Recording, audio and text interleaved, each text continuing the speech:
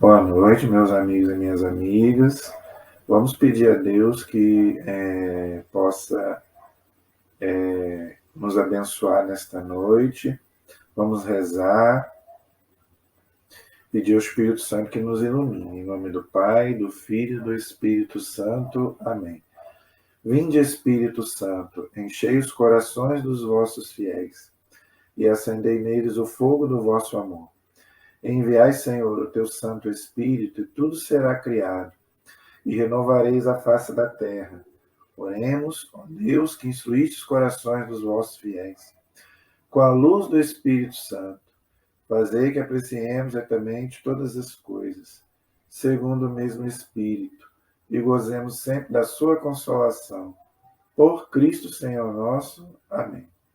Pedindo a intercessão de Maria Santíssima para que ela interceda por nós.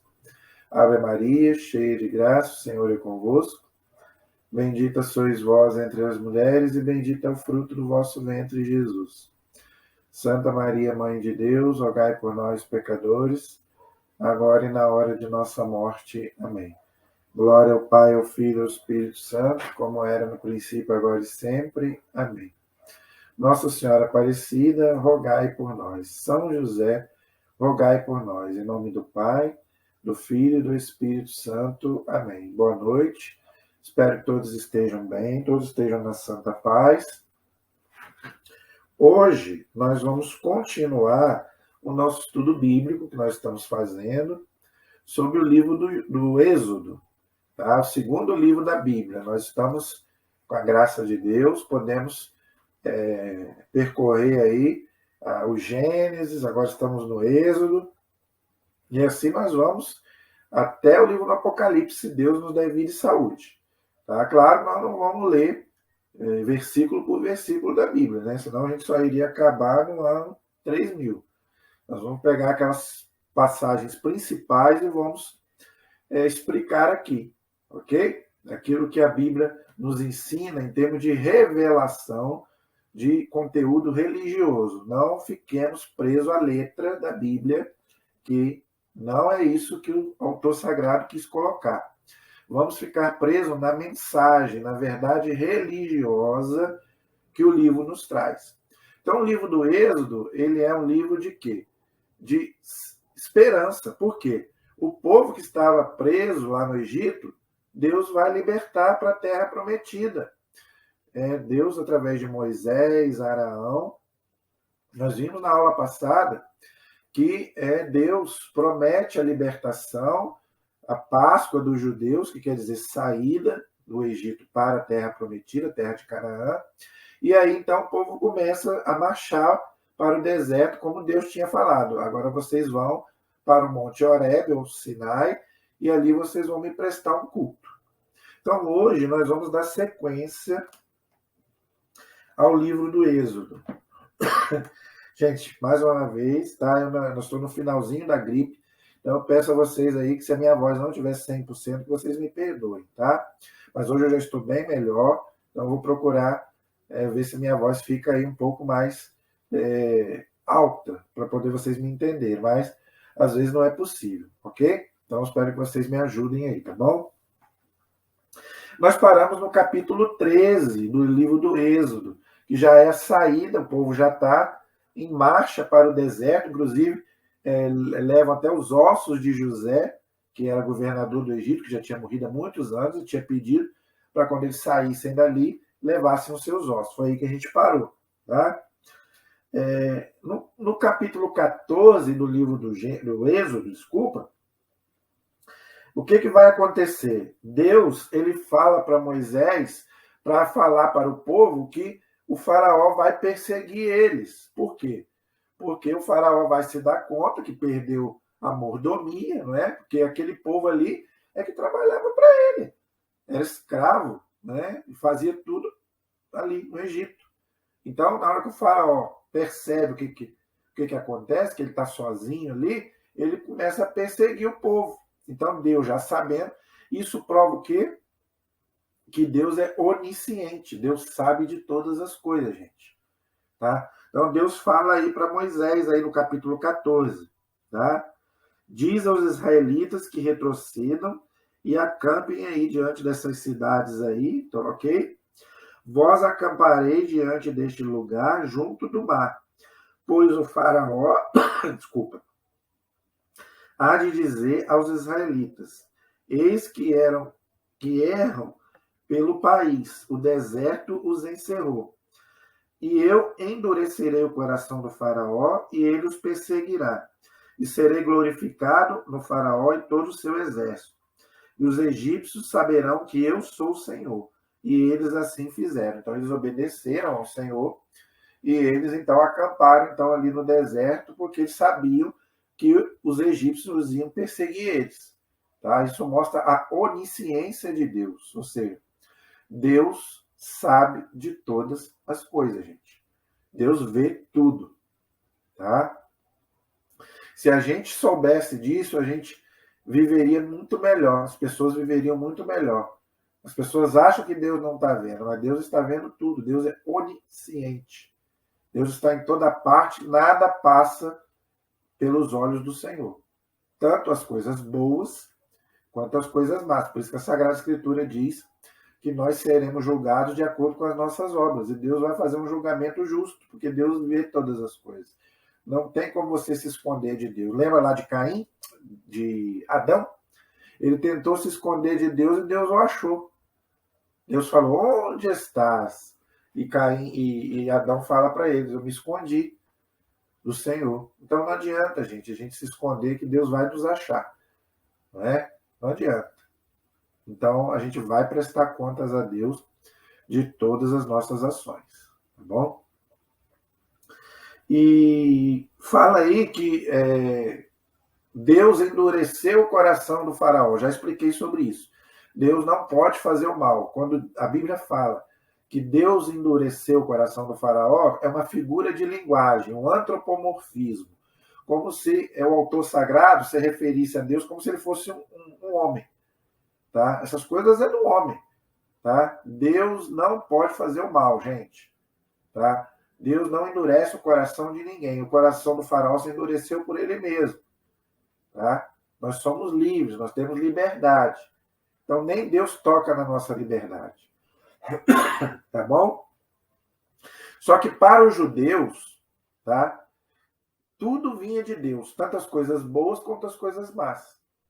Tá? Por isso que você vê na Bíblia e no Antigo Testamento muitas coisas se referindo a Deus. E muita gente pergunta, né? Ah, mas o Deus do Antigo Testamento era um Deus muito severo, era um Deus muito violento, que aprovava isso, aprovava aquilo, guerra, matança. Deus não aprovava nada disso. Era a cultura deles que achava que Deus aprovava isso. Jesus, quando veio, botou tudo no lugar novamente. Por isso que Jesus fala lá, foi dito a vocês isso, mas eu vos digo isso. Então, o próprio Jesus colocou novamente tudo no lugar novamente, no Novo Testamento. Ok? Outra coisa, gente. O faraó representa o mal. Tá? Então, a perseguição do faraó ao povo quer dizer o quê? O mal que sempre vai perseguir os bons. O diabo que sempre persegue a igreja. Israel significa a igreja hoje. Então, o diabo tenta de todas as formas destruir a igreja, mas ele não consegue, porque Jesus prometeu: as portas do inferno não prevalecerão contra a igreja. Então, isso também é um significado para nós, ok? Mas os egípcios perseguem Israel, diz aí. Sendo, pois, anunciado ao rei do Egito, o faraó, que o povo tinha fugido, mudou-se o coração do faraó e dos seus servos contra o povo. Eles disseram: que é isso que fizemos, deixando Israel sair de vosso serviço? O faraó mandou aprontar o seu carro, tomou consigo o seu povo, tomou 600 carros escolhidos e todos os carros do Egito, com oficiais sobre eles. E o Senhor endureceu o coração do faraó, já expliquei, tá? E Deus endureceu o coração do faraó, rei do Egito, e este perseguiu os israelitas enquanto saíam de braço erguido. Os egípcios perseguiram-no com todos os cavalos e os carros do faraó. Os cavaleiros e os seus exércitos os alcançaram acampados junto ao mar. Quando o faraó se aproximou, os israelitas levantaram os olhos e eis que os egípcios vinham atrás deles. Tiveram grande medo. Claro, né, gente? Qualquer um de nós sentiria medo, não é? mas Deus estava com eles. O nosso medo não pode ser maior do que a nossa fé, gente. Todos nós temos medo, todos nós. Mas aquele que está com Deus, Deus sempre vence. Segura na mão de Deus e vai, tá? Tiveram grande medo, tá? Aí eles começaram a murmurar. E então os israelitas clamaram ao Senhor. Disseram a Moisés: não havia talvez sepulcros no Egito, e por isso nos tiraste de lá para morrermos no deserto? Por que nos trataste assim, fazendo sair do Egito? Não é isso que dizíamos ao Egito? Deixa-nos para que sirvamos aos egípcios, pois melhor nos fora servir os egípcios do que morrermos no deserto. Moisés disse ao povo: não temais, permaneceis firmes e vereis o que o Senhor fará hoje para vos salvar. Porque os egípcios que hoje vedes, nunca mais os tornareis a ver. O Senhor combaterá por vós e vós ficareis tranquilos. Gente, isso aqui é uma lição para a gente que a gente tem que levar para o resto da nossa vida. Deus combate por vós. Acredite nisso. Não temas. Essa palavra aparece muito na Sagrada Escritura. Coragem. Não temas. Segue em frente. Segura na mão de Deus. Tá? Mas muitas vezes nós somos igual esses israelitas. A gente prefere reclamar e voltar à nossa vida velha. Eles queriam voltar para o Egito. Né? A gente prefere voltar para o Egito ser escravo do que morrer no deserto. Era ainda uma fé ainda embrionária, gente. Não é igual a fé do Novo Testamento, que os apóstolos preferem morrer, igual lá Pedro, né, João, bota o dedo na cara lá dos judeus e fala: eu prefiro obedecer a Deus do que aos homens, correndo risco até de morrer. E todos eles, a maioria deles morreram defendendo a sua fé. Aqui não. Aqui eles queriam voltar para o Egito, para a escravidão. Tá? Então, muitas vezes nós somos assim. Né? Vem uma dificuldade, vem alguma coisa, a gente quer voltar à nossa vida velha. Ah, Deus me abandonou. Não, é você que abandonou Deus, é diferente. Deus nunca nos abandona. O profeta Isaías é bem claro. Ainda que minha mãe me abandone, o Senhor me acolherá. Agora você tem que estar com Ele. Deus está com você, conosco. E você está com Deus?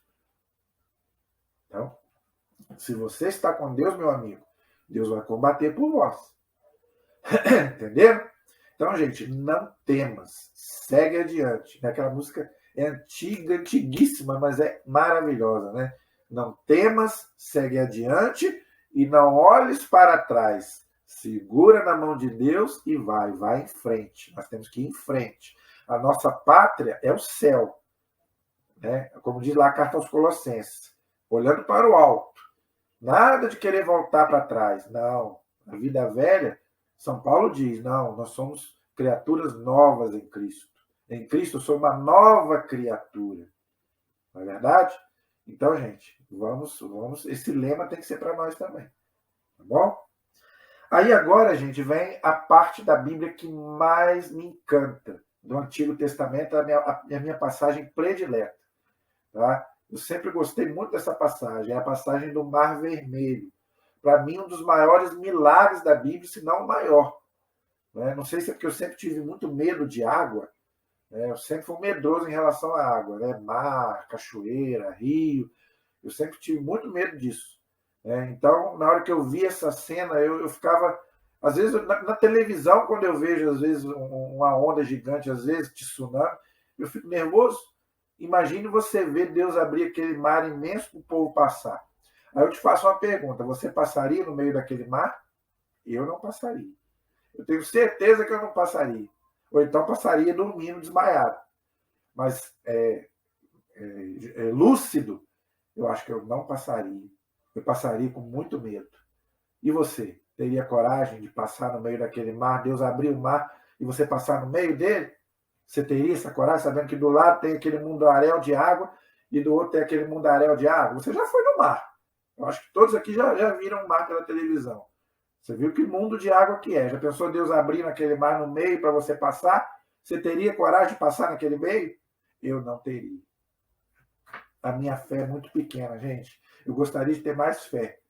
Né? Eu tenho fé, graças a Deus, mas é tão pequena, né? É igual a dos apóstolos, né? Por isso que a gente deve fazer igual aos apóstolos. Senhor, aumenta a minha fé. Muitas vezes a gente não confia, a gente fala que confia. Aqui é muito fácil eu falar. Eu poderia chegar aqui e ser hipócrita. Seria hipocrisia da minha parte falar, não, eu passaria tranquilo.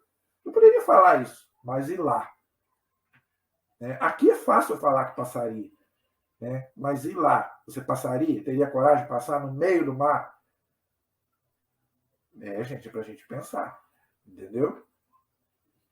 Então o Senhor disse a Moisés: Por que clamas a mim? Diz aos israelitas que marchem. E tu levanta a tua vara, estende a mão sobre o mar e divide-o, para que os israelitas caminhem seco pelo meio do mar.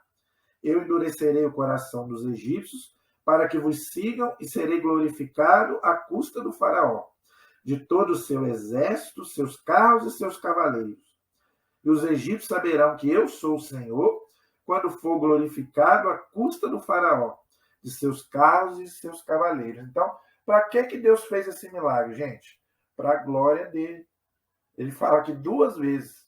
Por causa desse milagre, né, o povo vai saber que eu sou Deus.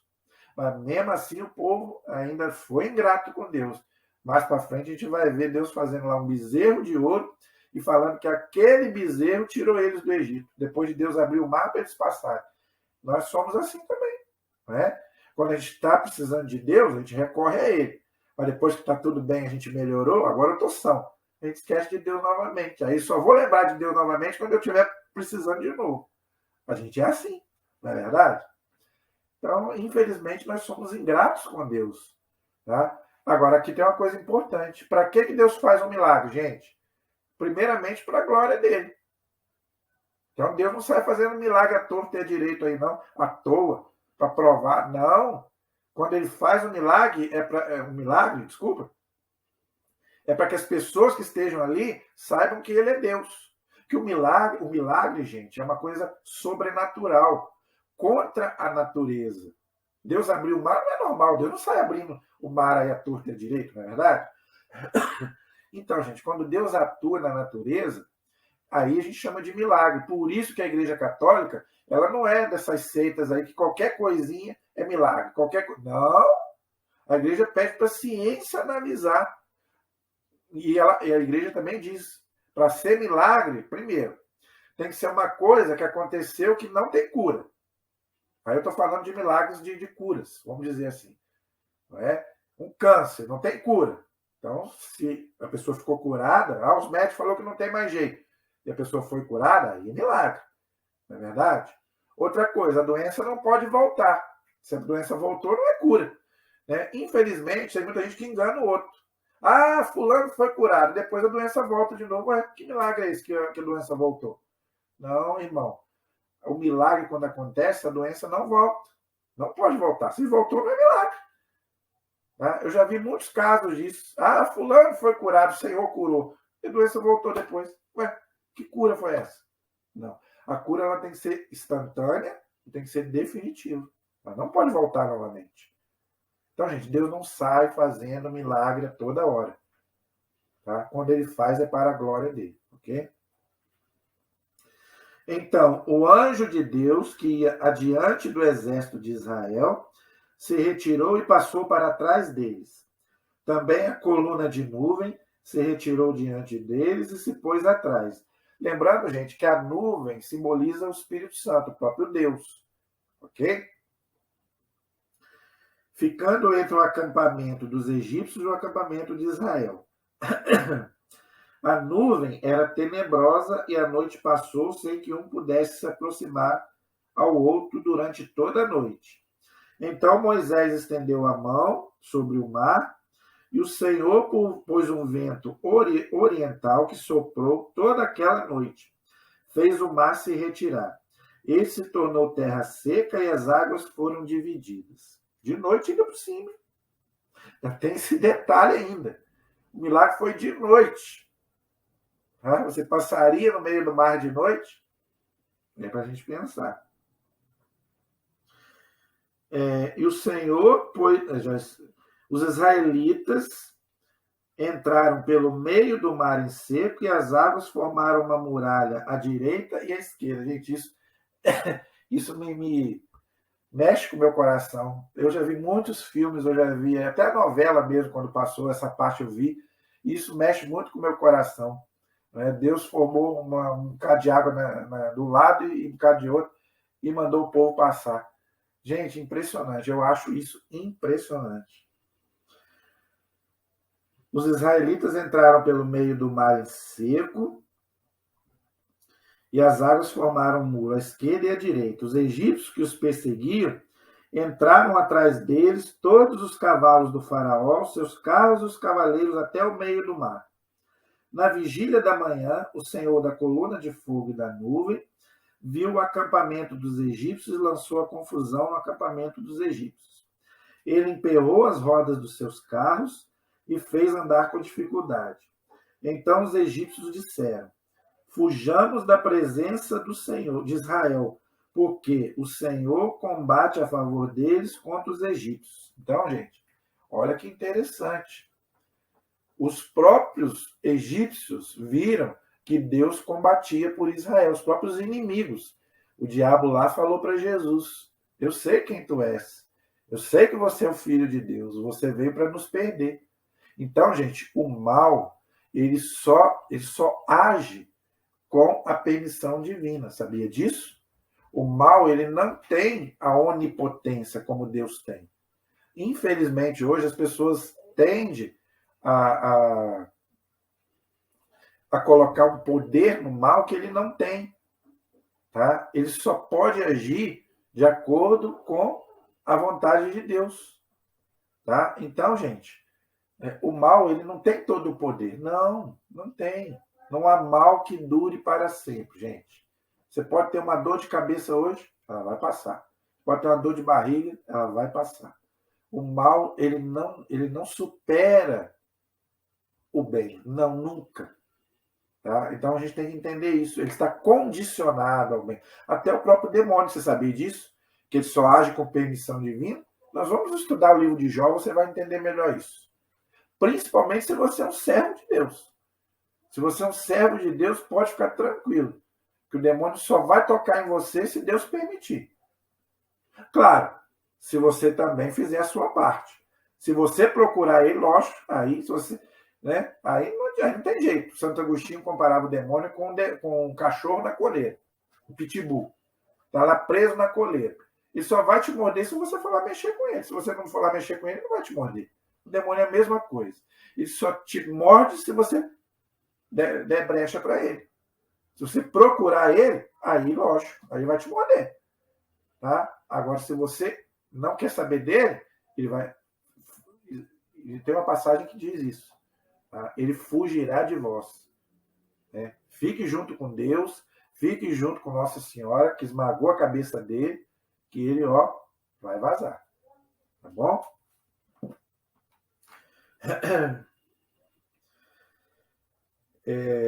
Moisés estendeu a mão sobre o mar e este, ao romper da manhã, voltou para o seu leito. Os egípcios, ao fugir, foram de encontro a ele. E o Senhor derrubou todo o exército do faraó que havia seguido no mar e não escapou um só deles. Os israelitas, porém, passaram pelo meio do mar em seco e as águas eram para eles como um muro, à direita e à esquerda. Naquele dia o Senhor salvou Israel das mãos dos egípcios, e Israel viu os egípcios mortos à beira-mar. Israel viu a proeza realizada pelo Senhor contra os egípcios, e o povo temeu ao Senhor, e creram no Senhor e em Moisés, seu servo.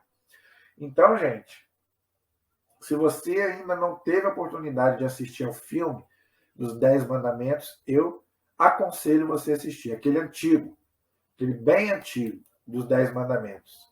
Tá? Então, é um filme maravilhoso, maravilhoso, os 10 Mandamentos. Mostra com detalhes, com riqueza de detalhes, toda a vida de Moisés e também essa passagem belíssima do Mar Vermelho. Algumas coisas que eu quero ponderar aqui sobre essa passagem. Primeiro, essa passagem do Mar Vermelho também é uma prefiguração do batismo. ok? As águas ali simbolizam o quê? O batismo. Aquele que é batizado não morre. Jesus já disse, quem crer e for batizado será salvo. Ok? Aquele que não for batizado, aí só pela misericórdia divina. Tá? Então, quer dizer, outra coisa, os perseguidores de Deus, no final, são derrotados. Aquele que é contra Deus, o final a gente sabe qual que é. Então, a gente tem que fazer uma escolha, ou a favor de Deus ou contra Deus. E mais uma coisa que eu queria dizer é sobre o anjo de Deus, que estava à frente do povo e depois passou para trás, defendendo o povo. Tá? O anjo de Deus estava ali presente também. Isso quer dizer o quê? Aquilo que a igreja ensina. Você tem um anjo da guarda, meu amigo, que te protege. Não adianta querer saber o nome dele, tá? Muita gente pergunta, qual é o nome do meu anjo da guarda? Ninguém sabe, Deus não revelou. Se Deus não revelou, porque não interessa para a gente saber. O mais importante é que a gente tem um anjo da guarda para nos proteger. A gente recebe esse anjo da guarda no batismo ou quando nasce? Há divergências sobre isso. Alguns teólogos dizem que a gente recebe quando nasce, outros quando a gente é batizado. Então, a igreja ainda não bateu o martelo sobre isso. Tá? Mas eu não vou me aprofundar nisso, porque nós temos a festa do anjo da guarda e eu quero explicar melhor sobre essa questão do anjo da guarda, tá bom? Mas nós temos um anjo da guarda, tá, gente? Agora, não fique querendo saber o nome dele. Isso não é o mais importante. O mais importante é que nós temos um anjo da guarda. Mais importante que saber o nome dele e ficar inventando os nomes aí, pelo amor de Deus. Outro dia eu estava vendo na internet aí cada nome que, meu Deus do céu, Metatron, não sei mais o que. Nós não sabemos o nome do nosso anjo da guarda, gente. Os únicos nomes de anjos que nós sabemos é Rafael, Gabriel e Miguel. Ok? Nós não sabemos mais nome de anjo nenhum. Tem as hierarquias dos anjos. Serafins, querubins, tronos, dominação, potestades. Isso aí nós vamos explicar melhor no dia que nós vamos fazer uma aula sobre os anjos, tá? Mas não fique querendo saber o nome do seu anjo. O mais importante, sabe o que é? Reze para o seu anjo da guarda. Aquela oração linda que a gente reza desde pequenininho. Santo anjo do Senhor, meu zeloso guardador, se a ti me confiou a piedade divina, sempre me rege, me guarde, me governe, me ilumine.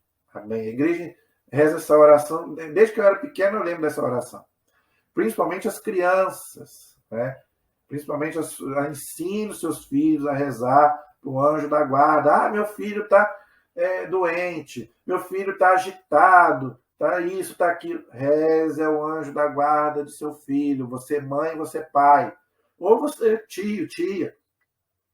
Quando ele estiver dormindo, coloque a mão na cabecinha dele. Tá? Reze pelo anjo da guarda dele para o proteger. E quando ele já estiver sabendo, ensine a ele. Meu filho, você tem um anjinho da guarda que te protege. Reze essa oração. Santo anjo do Senhor, igual eu já expliquei aqui. Mas a gente não faz isso. Depois a gente quer a proteção de Deus como? Gente, Deus não vai fazer a nossa parte.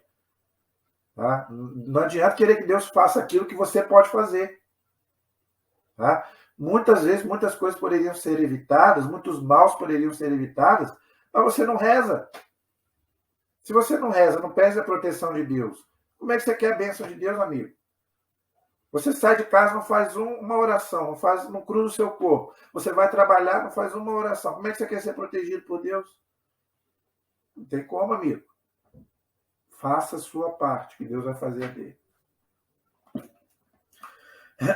Aí aqui no capítulo 15, gente, é uma maravilha, né? O cântico de Moisés. Aí aqui tem o cântico de Moisés. Então Moisés e os israelitas entoaram um cântico ao Senhor. Um canto belíssimo, né? É uma maravilha. Cantarei ao Senhor porque vestiu de glória. Ele lançou no mar o cavalo e o cavaleiro. Ele é a força do meu canto, a ele eleva a minha salvação. Ele é meu Deus, o glorifico, o Deus de meu Pai, o exalto. O Senhor é um guerreiro, o Senhor é o seu nome. Aí aqui ele continua, né? Na tua direita, o Senhor, pela força. E aqui, é muito grande a oração, eu não vou ler tudo para a gente poder ganhar tempo, tá? Mas eu te aconselho a ler essa belíssima oração, chamado Cântico da Vitória. A vitória pertence ao Senhor. Então, gente, vamos Crê nisso, tome posse disso para a sua vida, depois você vai me dizer. O Senhor reinará para sempre e eternamente. Olha que maravilha. O Senhor é eterno, Deus é eterno. Tu o conduzirás e planarás sobre as montanhas a tua herança, lugar onde fizestes, ó Senhor, a tua residência. Santuário, Senhor, que as tuas mãos prepararam. O poder e o braço os petrifica até que passe o teu povo, ó Senhor. Até que passe este povo que compraste. Aqui ele continua. Cantai ao Senhor, pois de glória se vestiu. Ele jogou no mar o cavalo e o cavaleiro. Aí aqui, né? Eles continuam aqui. É muito bonita a oração, esse cântico do capítulo 15 do livro do Êxodo. Depois você lê na íntegra aí na sua Bíblia, tá bom? Eu não vou continuar só para a gente poder ganhar tempo, tá bom? Então, gente, esse trecho do Mar Vermelho é maravilhoso. Nos ensina muito, tá? A fé. A fé em Deus. Se você tiver fé, meu amigo, mesmo que seja pequena, a gente não adianta que a gente falar que tem fé grande, que não adianta que nós não temos. Mas se você tiver um pouquinho de fé, Deus vai agir na sua vida, ok? Aí eles atravessam o deserto, né? Já não são mais perseguidos pelo faraó, e o exército faraó morreu, o faraó voltou para o Egito, não é? Aí vai acontecer o quê? A caminhada no deserto, ok? Era para eles ficarem ali pouquíssimo tempo, como eu já expliquei, mas eles vão ficar ali bastante tempo por causa de desobediência, não é? Era os dois piores pecados do Antigo Testamento, desobediência e idolatria, tá? Então ali eles vão ficar um bom período para aprender. Deus também, gente, Deus é pai, Deus não é paternalista, não. Deus é pai. Qual é o pai que não corrige o filho? A menos que não for um bom pai. Se o seu filho está fazendo coisa errada, você não vai corrigir seu filho? Deus é a mesma coisa. Deus é misericórdia, mas Deus é justo. Deus tem que corrigir. Então, às vezes, Deus deixa até que o seu povo passe por uma aprovação para ver se esse povo acorda. Tá? Mas não quer dizer que Deus aprove isso. Não. Mas Deus permite muitas vezes. Ok? Olha só o que acontece nesse texto no capítulo 15, no versículo 22. Moisés fez Israel partir do mar, eles se dirigiram para o deserto e caminharam 3 dias no deserto sem encontrar água. Não tinha água no deserto. Como é que vai achar água no deserto? Quem já foi no deserto aqui sabe como é que é. Seco, quente, não é verdade? Mas, quando chegaram a Mara, não puderam beber da água de Mara, porque era amarga. Por isso chamou-se Mara. O povo murmurou contra Moisés, dizendo: que havemos de beber? Moisés clamou ao Senhor, e o Senhor lhe mostrou um pedaço de madeira. Moisés o lançou na água, e a água se tornou doce. Está vendo como é que Deus socorre o seu povo? Mesmo esse povo sendo ingrato, de cabeça dura? Foi lá que lhes fixou um estatuto e um direito. Foi lá que ele os pôs à prova. Depois ele diz: se ouvires atento à voz do Senhor teu Deus, e fizeste o que é reto diante dos seus olhos, se deres ouvido aos seus mandamentos e guardares as suas leis, nenhuma enfermidade virá sobre ti, das que enviarei sobre os egípcios, pois eu sou o Senhor, aquele que te restaura. Então chegaram a Elim, onde havia 12 fontes de água e 70 palmeiras, e acamparam junto às águas. Aí, o 12 e o 70 são números que aparecem muito na Bíblia. O 12 e o 70 significa plenitude, ok? Então, os números são simbólicos na Bíblia, ok? 12 apóstolos, 12 tribos de Israel, né? 70 anos que o povo ficou lá exilado na Babilônia, na Síria. Entendeu? Então, gente, o que esse texto quer nos ensinar? Tem uma coisa muito bonita aqui que o texto nos ensina, ok? Mesmo o povo murmurando, Deus socorre esse povo, dá água lá para eles beberem, né? Mas nós somos assim mesmo, né? A gente, em vez de confiar em Deus, a gente prefere murmurar contra Deus, não é verdade? Todos nós somos assim, não é verdade? Agora, Deus faz uma advertência para eles. Se vocês viverem de acordo com as minhas leis e os meus mandamentos, tudo vai correr bem. Tá? Se vocês não viverem, tudo vai correr mal. Aí é uma escolha, não é verdade? Olha só o que o Senhor fala.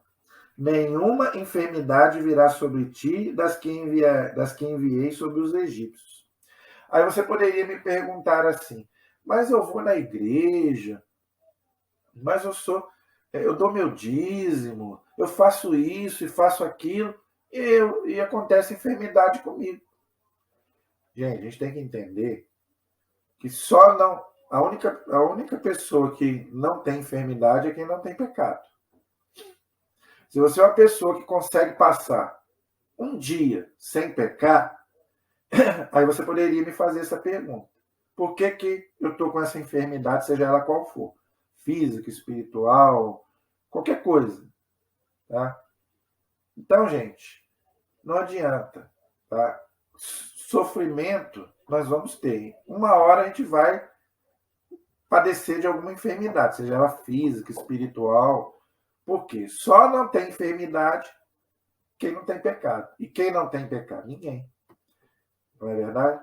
Eu já falei aqui da história dos santos. Por que os santos tinham enfermidades? E são canonizados. Você poderia me perguntar como é que eles são canonizados? Vai ver a vida deles. Todos eles tinham enfermidades. E muitos deles morreram enfermos. Por exemplo, hoje é dia de São Camilo de Leles. Sabia disso? São Camilo de Leles. Vai ver a vida deles. Foi fácil. Pega a vida aí de um São Francisco de Assis, de um São Padre Pio, de uma Santa Rita de Cássia, e às vezes uma Santa Teresinha, de muitos santos, os apóstolos, não é verdade? Qual deles que não teve enfermidade? São Paulo, tinha um espinho na carne que pediu 3 vezes a Deus para tirar dele e Deus não tirou. Era uma enfermidade, nós não sabemos o que era. Se era físico, se era espiritual. Muita gente especula, mas ninguém sabe. São Paulo. Aí você poderia falar, mas ele perseguiu os cristãos. Mas depois que ele se converteu? Fez muito mais do que todos nós juntos. Ninguém trabalhou mais para Deus do que São Paulo depois da conversão dele. E Deus deu a ele, Deus deu não. Permitiu a ele um espinho na carne. E Deus fala lá, foi te dado um espinho na carne para que você não se torne orgulhoso, porque ele tinha visões. Então ele poderia se achar melhor do que o outro. Então é aquilo que eu já expliquei aqui. Deus muitas vezes manda uma enfermidade hoje para evitar um mal maior lá na frente. Para você parar de orgulho, achar que você é melhor. Eu poderia ser um orgulhoso. Eu sou um bonzão, porque eu estou aqui na frente de uma câmera, né, dando aula, não é verdade? Eu poderia me achar. Estou gripado aqui. Então, tem uma semana que eu estou gripado. Quase que eu não faço vídeos. Mas eu falei, não, eu vou, mesmo gripado, eu vou fazer os vídeos. Não vou deixar o mal vencer, não. Mas eu poderia falar, não vai acontecer nada comigo, nunca nada vai me pegar. Por quê? Porque eu sou bonzão, eu estou na igreja, eu dou aula, eu fiz teologia. Eu não sou melhor que ninguém, meu amigo. Eu trabalho para Deus porque Deus quis que eu trabalhasse para Ele. A graça é dele, não é minha. Quem sou eu? Entendeu? Eu sou o pior de todos. Sou igual São Paulo fala. Eu sou um esterco de Deus. Não é? Então, gente, só não tem enfermidade quem não tem pecado. Se você tem pecado, você vai ter enfermidade, não adianta. Agora, o bonito é o que Deus fala aqui. Pois eu sou o Senhor, aquele que te restaura. Olha aí.